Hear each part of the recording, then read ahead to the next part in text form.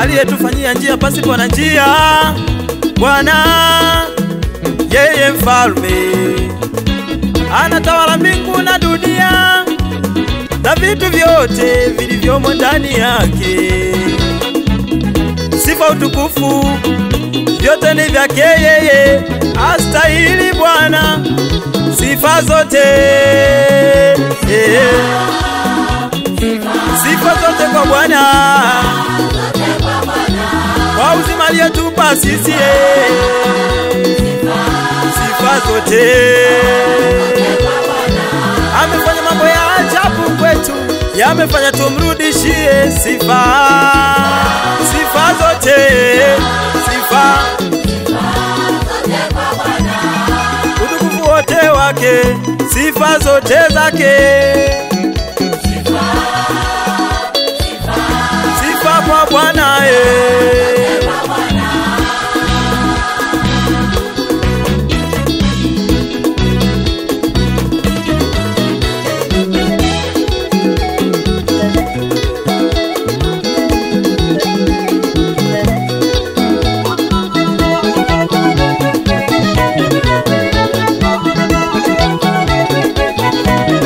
Sifa zote.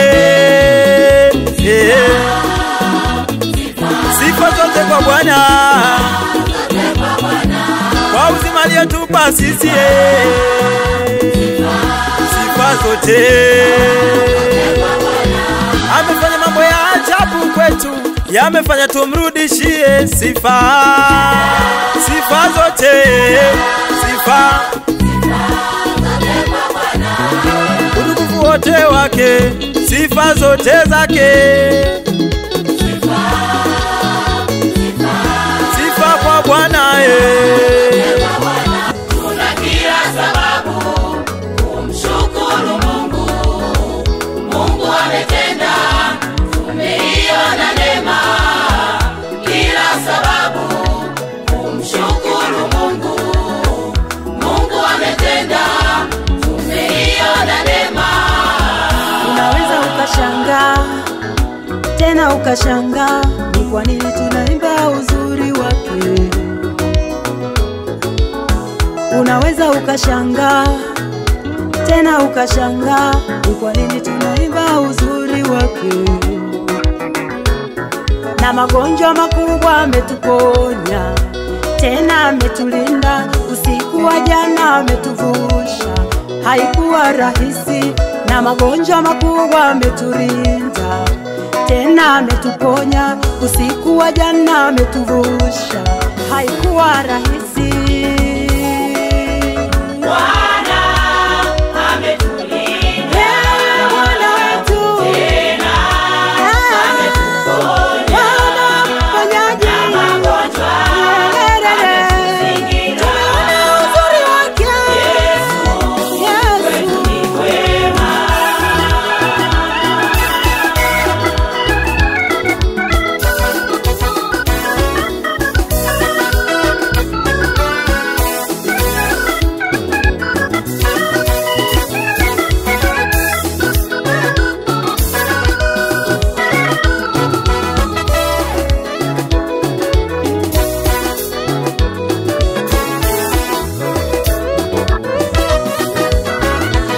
Tumeona fadhili za Bwana,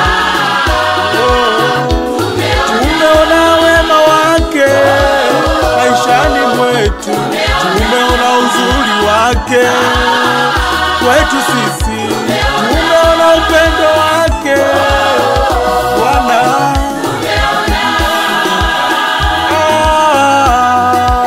Tumeona wema wake, tumeuona fadhili zake, tumeziona upendo wake, tumeuona. Tumeona wema wake maishani mwetu, tumeona uzuri wake kwetu sisi, tumeona upendo wake Bwana.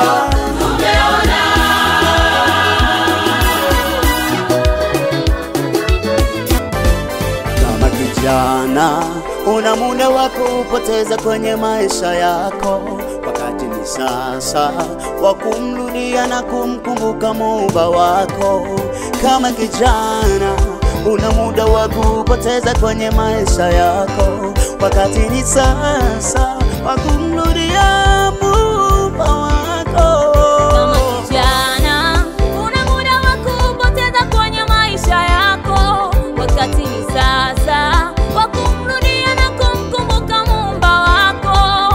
Kama kijana, una muda wa kupoteza kwenye maisha yako. Wakati ni sasa wa kumrudia na kumkumbuka Muumba wako.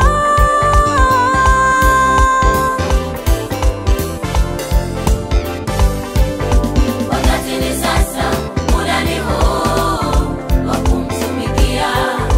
Wakati ni sasa, muda ni huu wa kumtumikia. Tumtumikie, tumtumikie Bwana.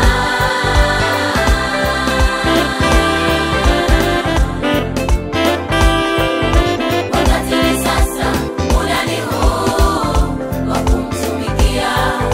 Wakati ni sasa, muda ni huu wa kumtumikia. Tumtumikie, tumtumikie Bwana.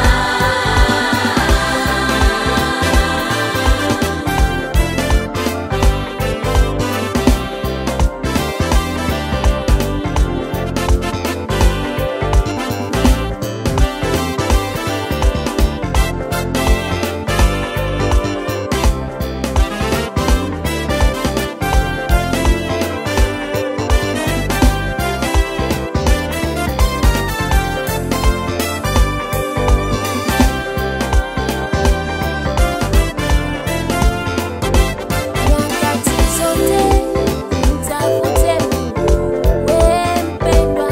Nyakati zote mtafute Mungu, we Kristo. Nyakati zote umtafute Bwana, we Mkristo. Sio wakati wa shida tu, we baba, we mama.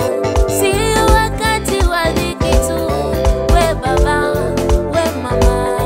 Ng'ang'ana na yeye tu, ng'ang'ana usimwache.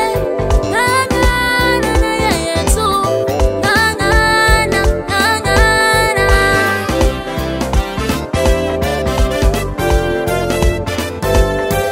Tung'ang'ane kwa Bwana, Kwa Bwana, kwa Bwana. kwa Bwana, Tung'ang'ane kwa Bwana, kwa Bwana. kwa Bwana. Kila Maana kitu, kila kitu twapata sisi kwa wakati. maana kila Maana kila kitu, kitu twapata sisi tukimtumikia. maana kila Maana kila kitu, kitu twapata sisi kwa wakati. maana kila Maana kila kitu. kitu twapata sisi tukimtumikia.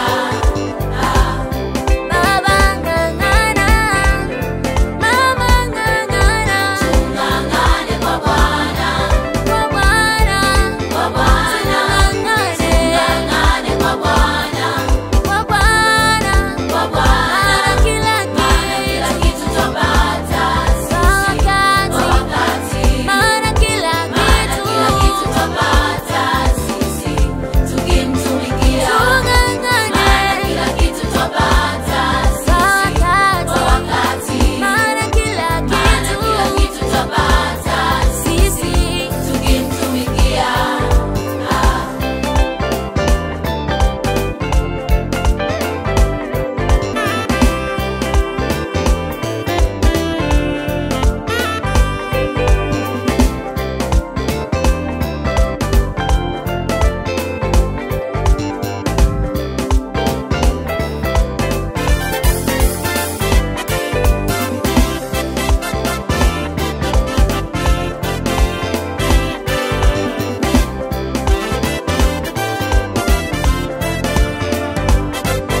Kwa Yesu kuna raha, kwa Yesu kuna faida, Kwa Yesu kuna amani, kwa Yesu kuna furaha.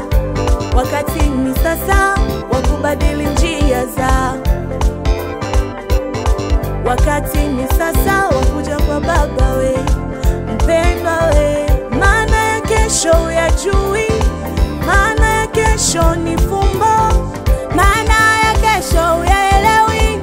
Wakati ndiyo sasa wa kumtafuta, maana ya kesho ni fumbo we, maana ya kesho yaelewi, maana ya kesho ni giza. Amua leo, usingoje kesho, wewe usingoje kesho wewe.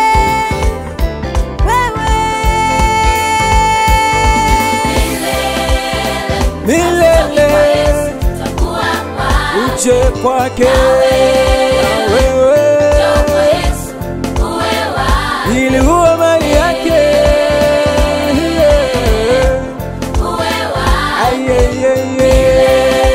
Milele, milele tunang'ang'ana kwake Yesu na wewe, ili uwe mali yake. Uje uwe wake.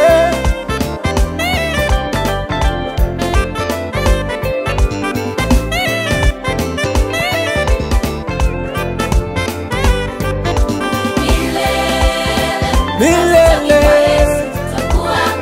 uje kwake na wewe, ili uwe mali yake.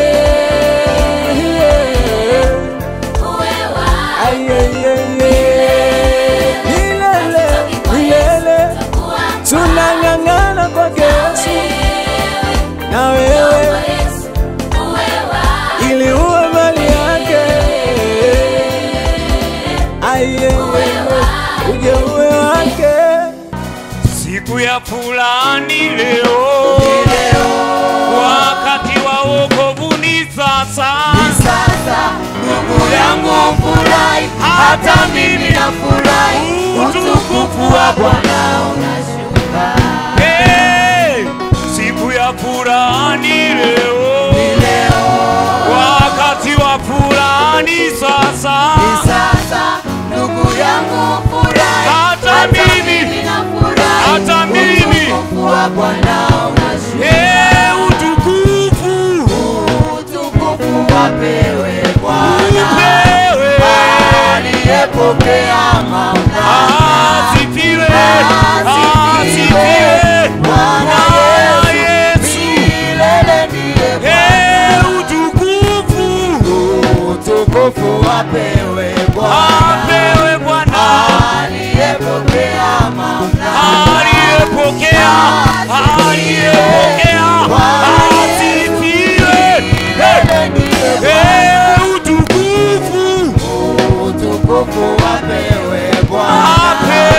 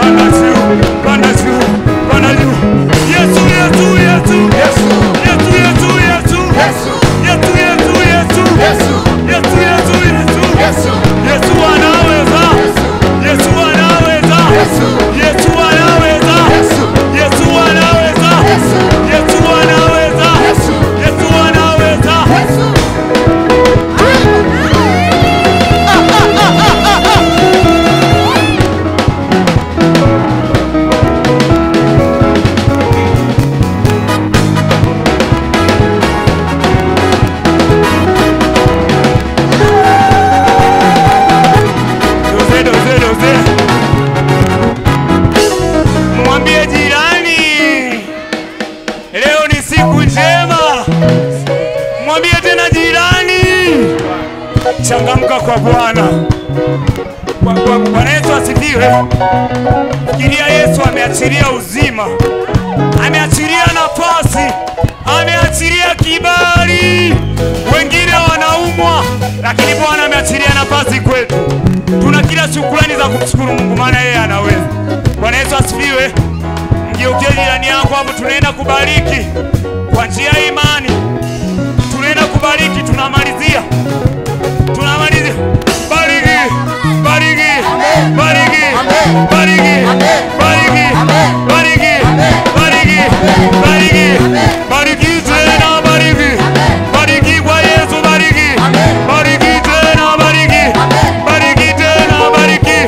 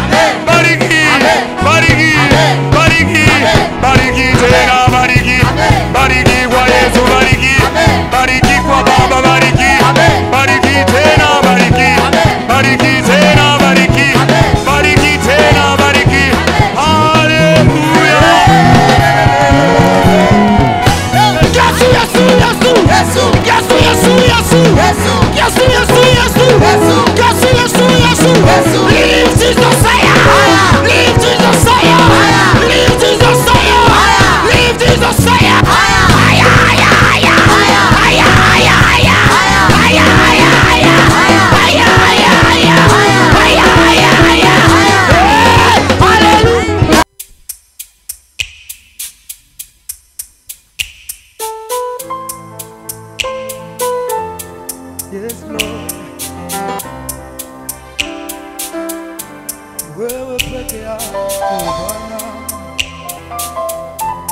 Bwana wangu, Bwana wangu.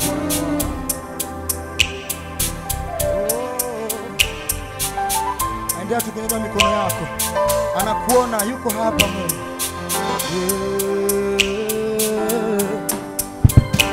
Na kwa wewe ni Mungu, hakuna kama wewe. Wewe ni Bwana,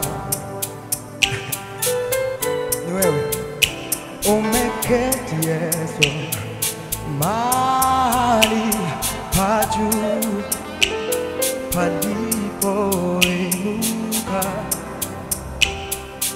Wewe ni Bwana, ndio na kuabudu Yesu.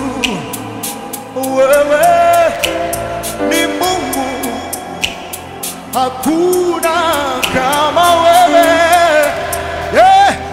Wewe ni Bwana, tunakiri umeketi Yesu mahali pa juu palipoinuka. Wewe ni Bwana, tusikie. Na kuabudu Yesu, na kuabudu. Wewe ni Bwana, wewe ni Mungu, hakuna kama wewe. Wewe ni Bwana wa mabwana, yeah. Umeketi Yesu ambako magonjwa hayafiki, palipoinuka wewe Bwana, wewe ni Bwana. Let's repeat again. Na kuabudu wewe Yesu, wewe ni Bwana, hakuna kama wewe, wewe ni Bwana. Sema kwa kinywa chako, sema kwa kinywa.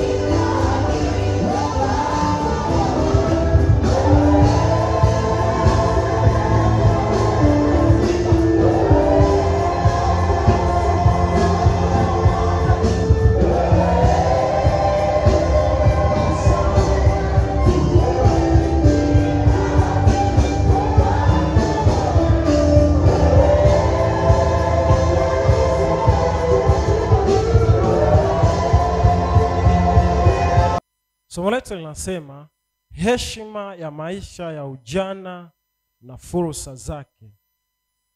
Heshima ya maisha ya ujana na fursa zake. Okay. Tuanze kwa kuangalia neno heshima lina maana gani. Heshima ni neno ambalo linatumika kuzihilisha au kuonyesha yule mtu amestahili kitu fulani, amedeserve. Kwa wengine tunaweza kusema amedeserve, yani amestahili kile kitu. Lakini amestahili kwa namna gani? Anastahili pale ambapo anakuwa amefanya kitu cha kuwapendeza watu au kuipendeza jamii. Tunaita yule mtu anastahili kuheshimiwa. Ni kwa nini? Matendo yake ni nini nafanya ndicho kinachompa heshima. Ndio maana leo kuna msemo kule duniani wanasema mzee wa hovyo. Ni nini? Maanake yule mtu alistahili kupewa heshima, lakini matendo yake yanamfanya asipate ile heshima ambayo alistahili kuipata. Ni nini ambacho kinamfanya asipate ile heshima? Maanake kuna matendo ambayo anafanya sivyo na umri wake na namna yeye anavyoishi ambavyo alitakiwa afanye sawa sawa. Ndio maana anaitwa mzee wa hovyo. Maana yake sasa the same kuna vijana wa hovyo wanaitwa kule mtaani. Ni nini? wanafanya vitu vya hovyo. Lakini heshima ya maisha ya ujana pamoja na fursa zake. Okay, twende pamoja. Nimeandika hivi: kila hatua ninapoipitia au unapoipitia kwenye maisha huwa si hatua ambayo ni ya kudumu milele. Bwana Yesu asifiwe sana. Yaani kila hatua ambayo unakuwa unaipitia kwenye maisha yako sio hatua ya kudumu milele. That's why kuna watu walikuwa ni matajiri lakini leo ni maskini. Kuna watu walikuwa ni maskini lakini leo ni matajiri. Maana yake kuna mtu alizaliwa akiwa na miezi 9 lakini leo ni babu. Kuna mtu alizaliwa wakati mwingine akufikisha hata ile miezi 9. Alizaliwa akiwa na miezi 8, 7 lakini leo na yeye ana watoto. Maana yake kila hatua tunaoipitia kwenye maisha yetu sio hatua inayodumu milele kwenye maisha yetu. Bwana Yesu asifiwe sana. Ujana ambao unao leo, kuna wakati nao utaanza kushikilia kafimbo, unatembea hivi. Nini? Hiyo hatua ulionao sio milele. Bwana Yesu asifiwe sana. Bwana Yesu asifiwe sana. Sisi tunaelewana watoto wa Mungu. Hizo mali ambazo unazo leo sio kwamba zinadumu, ya kwamba wewe umeandikiwa Yesu tajiri. Mwangalie mtu mmoja anaitwa Ayubu. Ziliisha zote. So inamaanisha nini? Hatua unaoipitia haidumu milele. That's why even sisi wanadamu tunaishi leo, lakini kuna wakati tunakufa, tunapotea hapa duniani. Tunaelewana watoto wa Mungu?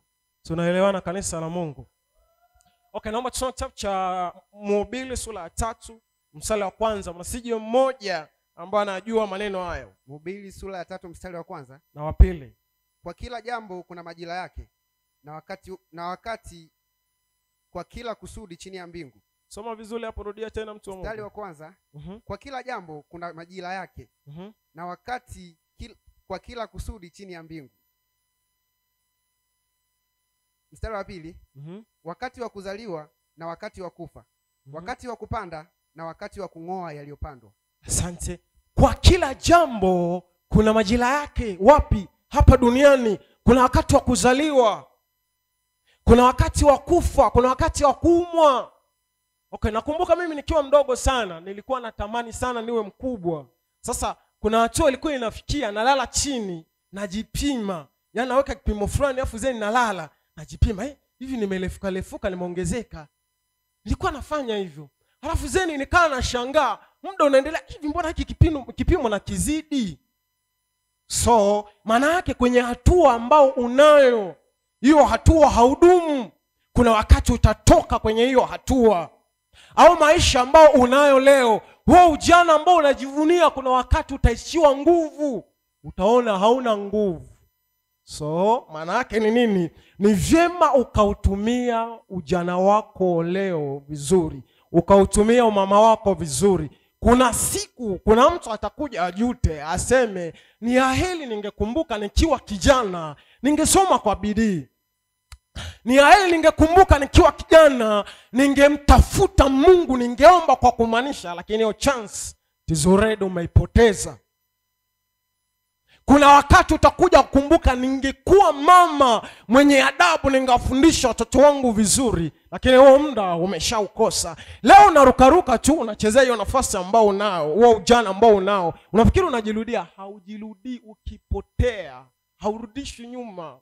Yaani unaniona mimi leo nilivyo hapa na shape yangu na sura yangu nilivyo, siwezi kusema kwamba ni ibinye tena sura irudi kama mtoto mchanga, ionekane namna fulani. Haiwezekani. Weka makalai tutaweka mpaka utabanduka. Kwa kila jambo na majira yake. Heshima ya maisha ya ujana na fursa zake. Kwa kila jambo hapa duniani haridumu, tunapita. So that's why kwa kila jambo unalofanya mkumbuke Muumba wako. Anasema mkumbuke Muumba wako siku ujana wako. Tuacha Mhubiri sura ya 12 mstari wa 1. Sisi tunaelewana watoto wa Mungu? So kwenye hiyo hatua, unajua sisi vijana, ngoja niwaambie wanachuo, nyewe vijana Niamwelewi. Utamaliza kukadigika, kutakuja huku mtaani. Leo unadunda umtaki Mungu chuoni. Dunda sana baba. Utamaliza. Alafu utajambia, ila mimi nilikuwa mjinga. Yaani kweli nimemaliza chuo na degree yangu lakini sina Mungu.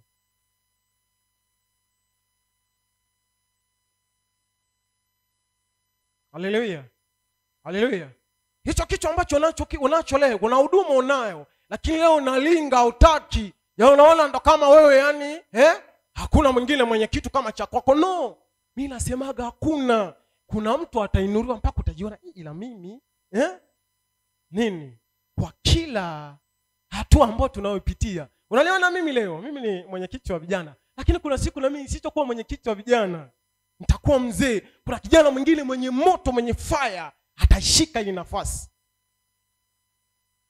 Sisi tunaelewana watoto wa Mungu. Tumika kwa kumaanisha na kwa bidii kwenye hiyo huduma ambayo umepewa. Usicheze kwenye hiyo huduma ambayo umepewa. Kuna wakati utapita, utakumbuka, utasema, ndio maana kuna watu wengi leo wanasema nilipokuwa kijana ningehubiri, lakini haipo tena. Imeshakwisha hiyo. Leo tukwambia tukimbia uende pale lelini, unafika umededi pale lelini. Lakini ukiwa kijana ulikuwa unakimbia hatari. Tunaelewana watoto wa Mungu? Tumika kwa maanisha kwenye huduma ambao unayo. Leo tunakubembeleza kuja kwenye idara, tunakubembeleza mpaka wewe unabembeleza kuja chechi kwenye idara. Yani mpaka tunakupaka na masizi, yani ili uonekane sasa na wewe ulizike. Unabembelezwa. Alafu nikwambie kitu kimoja, ukiona unabembelezwa kwenye kitu fulani, jiambie kuna mahali hauko sawa. Sawa? Na ukiona unabembelezwa kwenye kitu fulani ulitakiwa ufanye au hujafanya unabembelezwa, jiambie ila mimi hapa siko sawa. Hata kama unajiona, maana kuna wakati tunajionaga tupo sawa kwenye kila kitu. Mwambie rafiki yako, "Halo? Bembelezwa." Hautomwambia, na yeye anajua. Aya, nitaenda haraka. Twende tuangalie fursa zilizo ndani ya maisha ya ujana. Siku ya Jumanne mwenyekiti wetu makamu alifundisha kwa uzuri sana maisha ya kijana. Ni mtu ambaye ana umri wakati wa miaka ya age ya mtoto mpaka age na yani yeye yuko katikati na mzee. Maana yake sasa watoto wanaanzia miaka mingapi mpaka miaka mingapi? Miaka zilo mpaka umri wa miaka 18. Kwa shirika la kimataifa nasi ni miaka 15, 17, 15. Lakini mtu mzima kuitwa mtu mzee anaanzia miaka mingapi? 60. Okay. Mimi sijasema, mmesema nyinyi wenyewe. Sasa jiulize wewe mwenyewe, unahudhuriaga CGM una miaka mingapi? Yaani mmesema nyinyi wenyewe, mimi sijasema. Muulize mwenzako, unahudhuriaga CGM wewe? Atosema. Jambo la kwanza, ujana una nguvu. Haleluya. Vijana tuna kauli yetu vijana tunazo nguvu. Sio nguvu za kula tu, hata nguvu za kufanya kazi. Hata wazee wa kanisa wanajua. Tukitaka tubomoe hii ardhi, hii sakafu tuweke sakafu nyingine, hatuwaleti wazee. Tunaleta tuitikie basi jamani, tunaleta hapo sawa. Sasa tunaleta vijana. Wazee atagonga mara 2 hapa, afa atakaa nusu saa. Anasema wanadamu wengi wanaupokea ujana kama zawadi, lakini wachache waliofanikiwa kujua fursa iliyo ndani ya ujana. Vijana wengi tunaopokea ujana, tunapofikia ile hatua ya maisha ujana, tunakuwa tunafurahia sana. Ni kwa sababu gani? Kwanza haumwi ovyo ovyo. Haumwi ovyo ovyo, ni kweli. Yaani uwezo kalinganisha leti ya mzee ya kuumwa. Maana mzee goti limeanza kuuma. Mara nini kinauma. Lakini kijana ukuta anauma ovyo ovyo. So tunapopokea ule ujana, yani ndio tunaonaka kama tunaishi milele. Tunaanza kufanya vitu vingine tofauti kabisa. Lakini ujana tunapoupokea ni lazima uwe na mkonyezi. Sema mkonyezi. Ni nani aliimba? Sijajua ni mwimbaji gani alisema uniwekee mkonyezi kwenye kinywa changu. Lakini alisema Daudi kwenye Zaburi, uniwekee mkonyezi. Maana yake ni lazima uwe na mkonyezi kwenye mwili wako ambaye yeye anakuwa na kucontrol. Ujana unakuwa hauna limiti. Yaani unaweza kufanya chochote. Yaani mzee anaweza akala leo kitu akakifu, lakini kijana ndo anatamani akiendelee kukipata kile kitu. Mzee anaweza akaluka hapo mara mbili akachoka, lakini kijana ndo anaona bado una nguvu. Sasa sisi huwa tunahitaji tuwe na mkonyezi wa kutupa limit na control. Control si limit, Kiswahili chake yani jamani mnisaidie limit, yani kile limit kupewa limit au control. Yani akuwa anakubalance au anakupa kikomo imetosha hii. Maana sisi tunaweza tukafanya pasipo kuwa na kikomo, ni kwa sababu tuna nguvu za kutosha. Bwana Yesu asifiwe sana. Na hiyo limit ni neno la Mungu. Hiyo ni limit, ni maombi. Huu mwili huu hauokoki. Huu mwili wewe huu mwili haujaona mtu amegonga siku 5 za maombi alafu akiamka ana uongo hapo hapo. Yaani baada hapo anagonga uongo nini? Unahitaji mkonyezi huu mwili kama kijana. Ni kwa sababu viungo vyote vina perform, vinafanya kazi katika asilimia 100. Haleluya. Haleluya. Tunaelewana watoto wa Mungu? Mkonyezi ni Yesu, kukaa ndani ya Yesu ili maisha yako ayawekee limiti, ili umama wako uwekee limiti. Tuna wamama leo midomo haina mkonyezi, anaongea paka da. Mwambie Jambo la pili. Misali 20:29 utasoma mwenyewe. Jambo la pili ni kipindi cha kujitambua. Kipindi cha kujitambua. Unajitambua kwa namna gani? Kitu cha kwanza utaweka mimi ni nani? Yaani ujana ni kipindi cha kujitambua, mimi ni nani? Mimi nina huduma gani? Mimi nimeitwa kitu gani? Mimi ni askari, mimi ni rais, mimi labda ni profesa wa kitu fulani, mimi ni daktari. Ni kipindi cha kujitambua wewe ni nani. Kama utashindwa kujitambua leo utasumbua ukiwa mzee. Utataka uende shule wewe ukiwa mzee. Sisi tunaelewana? Kitu cha pili, unacho kipindi cha kujitambua, nilitoka wapi? Study your background, isome background yako. Ulitoka wapi? Wewe ni nani? Ulitoka wapi? Bwana Yesu asifiwe sana. Leo kuna kijana ukimuuliza yeye ni nani, yani kama kwanza anachanganyikiwa aelewe kwamba ni nani. Hajui hata background yake. Hajui anakoenda, anasema tu mimi nipo tu yani. Haleluya.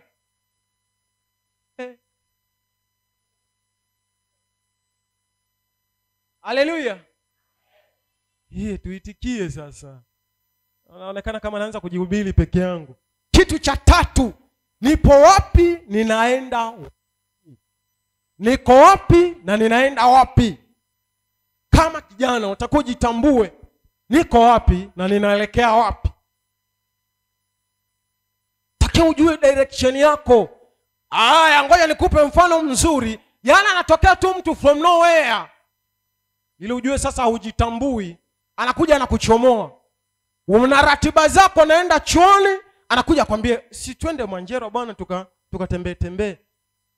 Na wewe usivyokuepo na msimamo, ila twende kweli. Unaenda unazuula Mwanjelwa, unatumia mahera kibao, ukirudi umeishiwa hela, unaanza kulialia. Mama umepanga uje kanisani kwa sababu na wewe hukujitambua ukiwa kijana. Anakuja mama anakupitia. Ilikuwa ni wakati wa kwaya. Anakuambia, "Twende Mwanjero bwana." Mwanjero. Nini? Huyo mtu wa kujitambua. Ninasema na wanawake wazee wawafundishe hekima wanawake vijana. Wababa wazee wawafundishe maarifa na hekima, kukaa kwa kutulia ndani nyumbani mwao vijana wao. Lakini jiulize, huo unafundisha hekima? Haleluya, haleluya, haleluya. Jambo la tatu, naomba tusome kitabu kimoja cha Samuel. Utaandika Samueli wa kwanza 16:1, lakini naomba tusome Luka sura ya 2 42-52. Luka sura ya 2 42-52.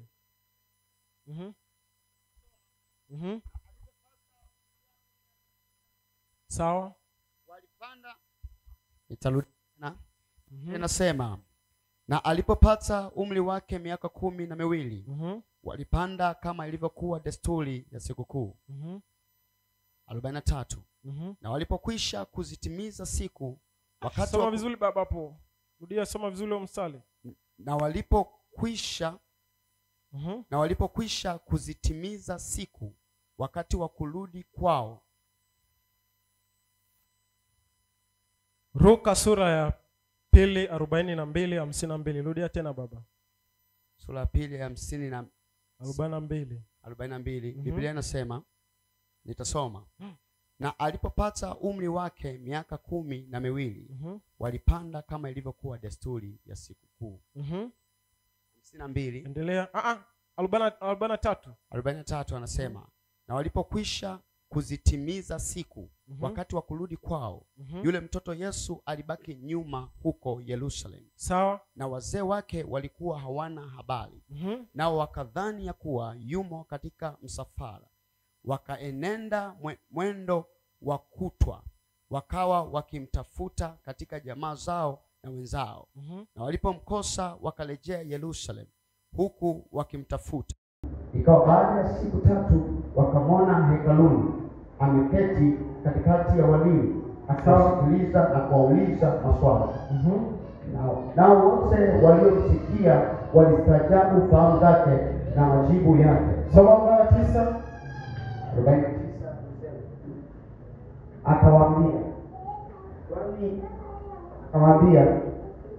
Akawaambia, kwani kunitafuta? Hamjui ya kuwa imenipasa kuwamo katika nyumba ya baba yangu? Asante. Shia hapa. Anauliza, kwani mimi kunitafuta? Je, hamjua ya kwamba imenipasa kuwepo nyumbani mwa baba yangu? Ni maneno ya Yesu aliwauliza, aliwajibu wanafunzi wake. Sio wanafunzi, aliwajibu wazazi wake akiwa na umri wa miaka 12 tu. Anawajibu wazazi wake. Nini kilitokea? Kama ilivyokuwa desturi ya Wayahudi, kuna mtu alikuwa wanaenda wanakusanyika Yerusalemu kwa ajili ya sherehe zao. Sasa ilifikia wakati na Yesu akaenda pamoja na wazazi wake ambaye alikuwa ni Yusufu na Mariamu. Sasa walipoenda kule, Yesu wakati wa kurudi, kwa sababu watu wali wengi, aliingia kona akarudi pasipo kuwapa taarifa. Wakahangaika kumtafuta. Maana yake sawa. Wakahangaika kumtafuta, kumbe yuko hekaluni. Waliporudi wanamtalewa shangaa. Kweli? Kae wanasema, kwa nini kunitafuta? Hamjui ya kwamba imenipasa kuwepo nyumbani mwa baba yangu? Bwana Yesu asifiwe sana. Haleluya. Manake yule mtu alikuwa anajua ni nini ameitiwa. Kama tulivyokuwa tunaangalia pointi iliyopita kwamba alijua yeye ni nani. Yuko wapi? Yuko duniani kwa ajili ya nini? Kwa ajili ya kutimiza kusudi la Mungu. Sisi tunaelewana watoto wa Mungu? Nawe tambua, umezaliwa, unakuwa hivi leo, unakuwa mkubwa, kuna wakati unakufa. Je, utakuwa umeyatimiza hayo ambayo uliitiwa na Mungu? Utakuwa umeifanya ile kazi uliitiwa na Mungu? Haleluya. Haleluya. So ni wakati wa wewe kujiuliza, uko wapi? Unaenda wapi? Na je, unakoelekea ni sawa sawa? Maana unaweza kaenda pia kwenye njia ambayo sio sawa. Sisi tunaelewana? Jambo lingine ni kipindi cha kujenga mahusiano mazuri na Mungu pia na ya kudumu. Yaani ukiwa kijana kama mimi hapa, kama wewe hapo, ndo wakati mzuri sana wa kuimarisha mahusiano ya wewe na Mungu. Kitabu cha Mhubiri sura ya 12 mstari wa 1. Kumbuke Mungu wako ukiwa kijana. Tunaelewana watoto wa Mungu? Jambo lingine ni kipindi cha maamuzi. Maamuzi ya kudumu na maamuzi yasiyo ya kudumu. Okay, kuna kipengele hapa nimeandika. Ni aina gani ya maamuzi ambayo unaweza kufanya? Ni maamuzi ya maisha, uishi aina gani ya style ya maisha. Jambo la kwanza, unaweza kuchagua niishi maisha ya namna gani, maisha ya kumtumikia Mungu au nisimtumikie Mungu wakati wa ujana wako. Haleluya. Lakini ni jambo lingine, ni wakati mzuri wa kuselect ni muoe nani au niolewe na nani atakayenifaa kwenye maisha yangu. Yaani ndo wakati leo. Hauwezi ukiwa wewe mzee utatusumbua wewe ukiwa mzee. Nataka uchague. Hapana, utatusumbua. Kiwa kijana, unachagua ni nani atakayeishi naye, atakaye kusaidia kwenye huduma yako. Ni leo. Sisi tunaelewana watoto wa Mungu. Haleluya. Yaani ni leo unaamua ili huduma yako, kama una huduma, wewe ni mwimbaji mzuri, yes, wewe ni mhubiri mzuri, yes, huduma yako itaimarika na itakuwa bora zaidi ukichagua mtu sahihi. Sisi tunaelewana watoto wa Mungu. Kitu cha mwisho ambacho ni cha 5 ni kipindi cha kujenga tabia. Ni kipindi cha kujenga tabia. Okay. Kuna msemo duniani wanasema samaki mkunje angari akiwa amekomaa anafanyaje? Anavunjika. Okay. Kuna mtoto mdogo yuko hapa. Kuna mtoto mdogo yupo. Mtoto mdogo ambaye labda anajitambua tambua. Okay, yes, njoo. Kimbia mara moja.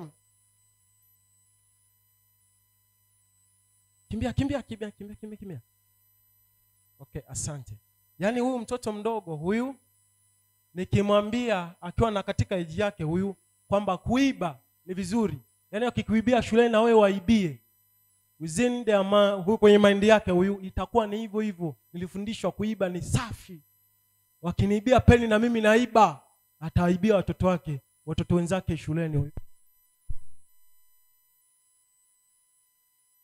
Kwamba kuiba isokea haina shida. Yaani huyu mtoto ataiba na haitakuwa shida. Haya, mimi leo hapa ni mtu mzima, umri umeenda kidogo na umri. Ukiniambia kuiba ni vizuri, nitaanza kukushangaa. Kwamba kuiba ni vizuri yani kivipi? Maana yake ni nini? Akili imeshakomaa tayari nikijua kuiba sio vizuri. Yaani mimi ukinichukua hapa leo kaanza kunifundisha niwe naongea kisafa, nitakupa shida. Nitaongea kisafa Kiruga. Lakini huyu nikimpeleka kwa Wasafa ataongea kisafa kilicho sawa. Kwa hiyo ni wakati wa wewe wa kujenga tabia bora na tabia mbovu ukiwa kijana. Bwana Yesu asifiwe sana. Haleluya. Tabia huleta jina. Tabia huleta jina. Yaani tabia za kwako ndizo zinazokuambia uitwe mwizi.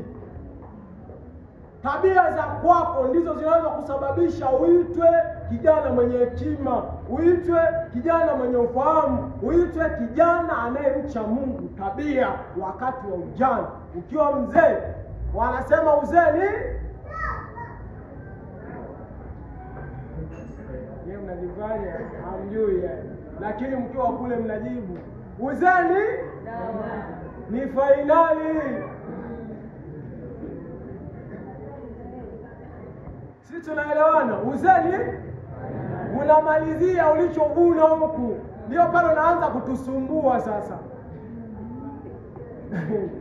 Unaanza kutusumbua. Nini? Huku kijana ulikuwa nini? Mwambie rafiki yako unaendelea